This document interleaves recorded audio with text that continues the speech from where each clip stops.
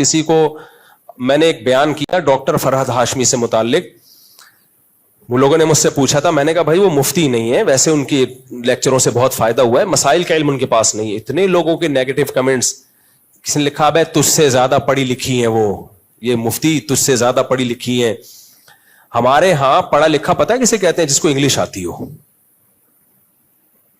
میں نہیں کہہ رہا کہ میں ان سے بڑا عالم ہوں, لیکن آپ کسی پہ الزام لگانے سے پہلے ڈاکٹر فرحت ہاشمی بولا آپ نے کون سی یونیورسٹی میں عربی پڑھی ہے, تفسیر پڑھی ہے, فقہ پڑھا ہے, پراپر وے میں کہاں سے پڑھا ہے فقہ؟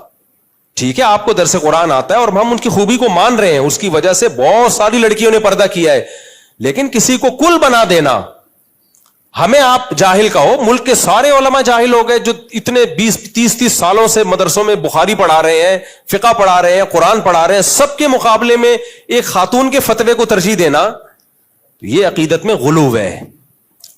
آپ ہمیں کہہ دو جاہل ہیں, لیکن ہمیں ہمارا لیبل لگا کے سب علماء کو کیا کہا جا رہا ہوتا ہے, اب ان مولویوں کو کیا پتا.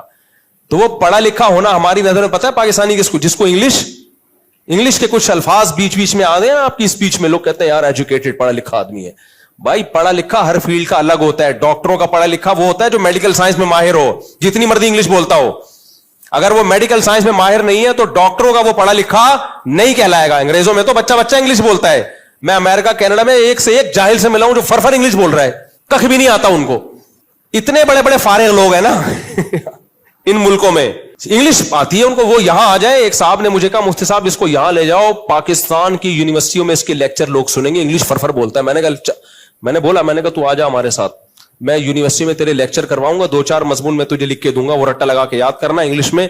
لوگ کہیں گے آج نہ ڈاکٹر اسرار, نہ ڈاکٹر ذاکر نائک, نہ مفتی تقی عثمانی, اگر کوئی ہے تو یہ ہے. حالانکہ وہ بالکل کیا ہوگا, فارغ.